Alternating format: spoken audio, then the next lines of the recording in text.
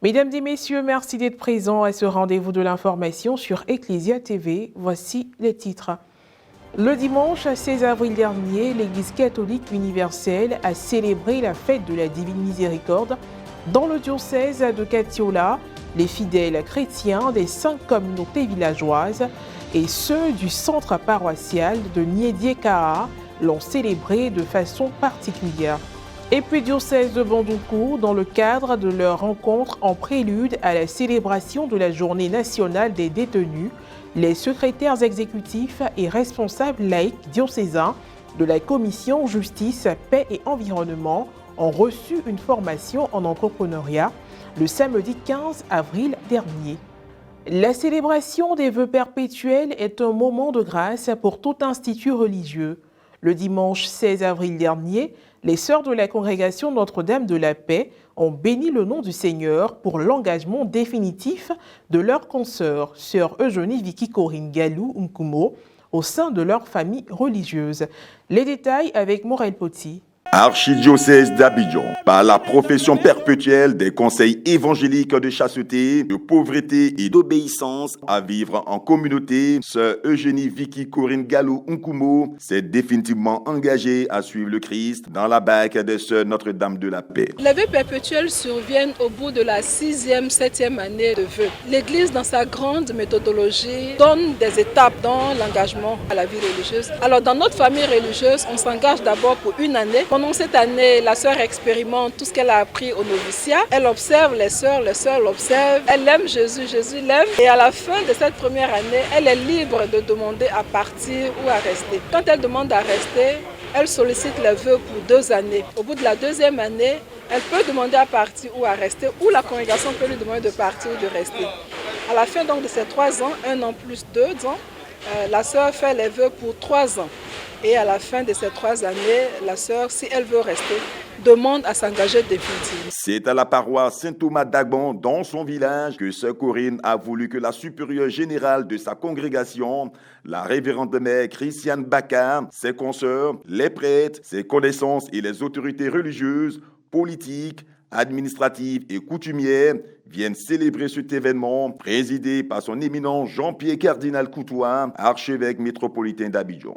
Après la classe de terminale, elle a fait sa demande pour intégrer la congrégation des sœurs Notre-Dame de la Paix. En septembre 2011, elle a commencé sa formation à Bembresso, où elle a passé 2 ans, puis à Moussou, où elle a également fait 2 ans. Le 26 juin 2015, la sœur Eugénie Vicky Corinne Galou Nkumo a fait ses premiers vœux en la cathédrale Saint-Paul du Plateau à l'occasion du 50e de la congrégation Notre-Dame de la Paix.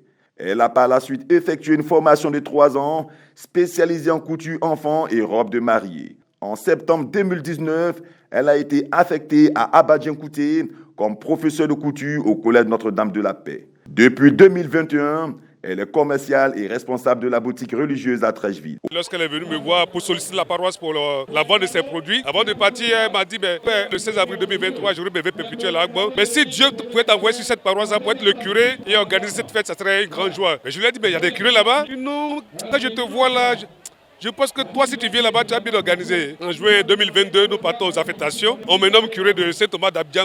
Mes premières expressions, c'est d'appeler à Sœur Corinne pour dire ta bouche a mis sur moi là. Je suis affecté sur ta paroisse. Allant dans la même veine que la mère Christiane Bakar, qui pendant son allocution a invité les jeunes à intégrer leur congrégation, M. Paulin-Claude Danhaut, ministre de la Jeunesse et des Sports, par ailleurs maire de la commune d'Atekoubé, a exhorté les jeunes à s'engager dans la vie religieuse. La jeunesse de notre pays, en particulier de notre commune, peut aussi tracer le chemin de la foi, de l'engagement. Et nous sommes convaincus qu'en ce dimanche de la Divine Miséricorde, l'engagement de notre sœur va inonder de grâce notre cité et illuminer le chemin de beaucoup de jeunes qui auront envie, à partir de cet engagement, eux aussi, d'avoir le courage de se mettre au service du Christ. Après la messe, un repas a été servi aux convives qui ont également eu l'occasion de découvrir un talent caché des sœurs de la congrégation Notre-Dame de la Paix.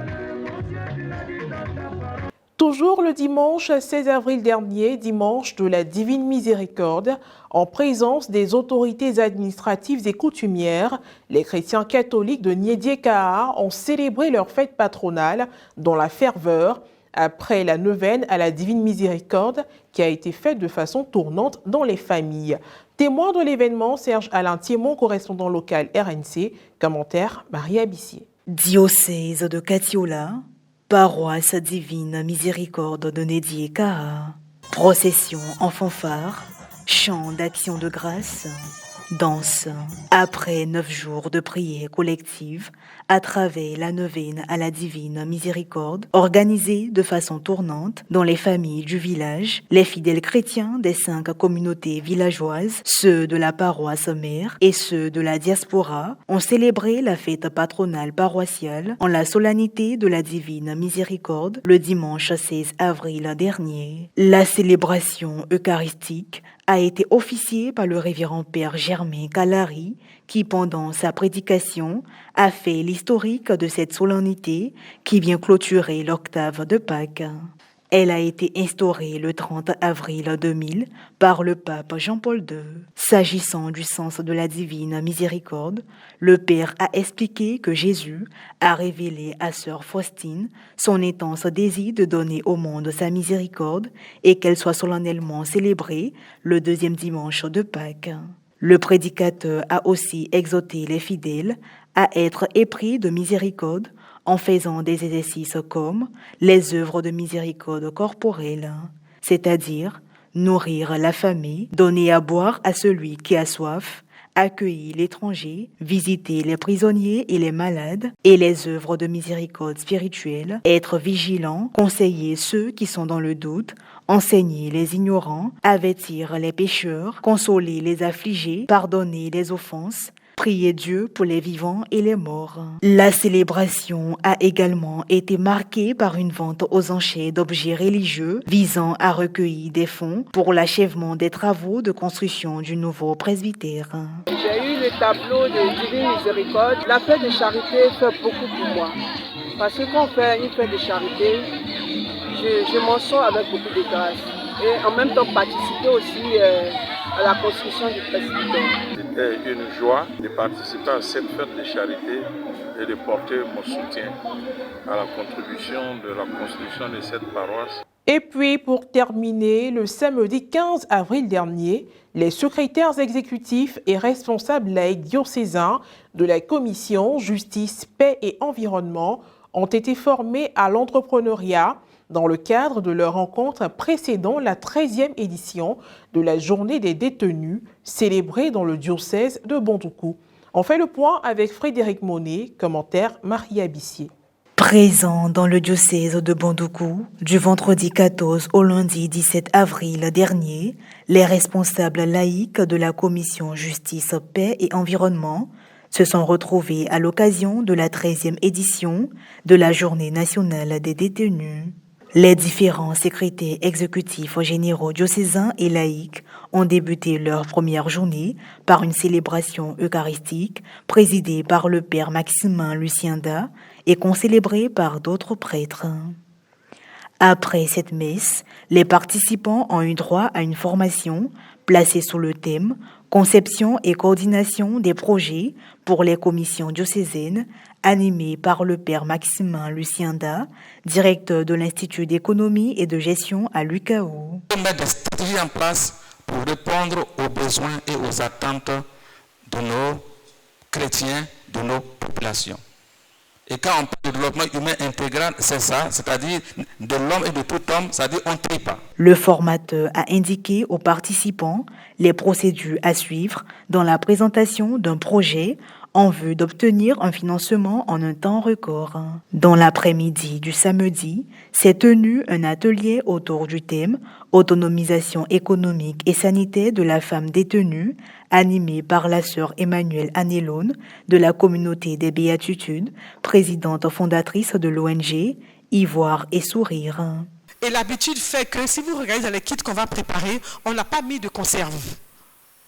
Parce que c'est dangereux pour le milieu carcéral. Nous, on travaille avec le programme PALU.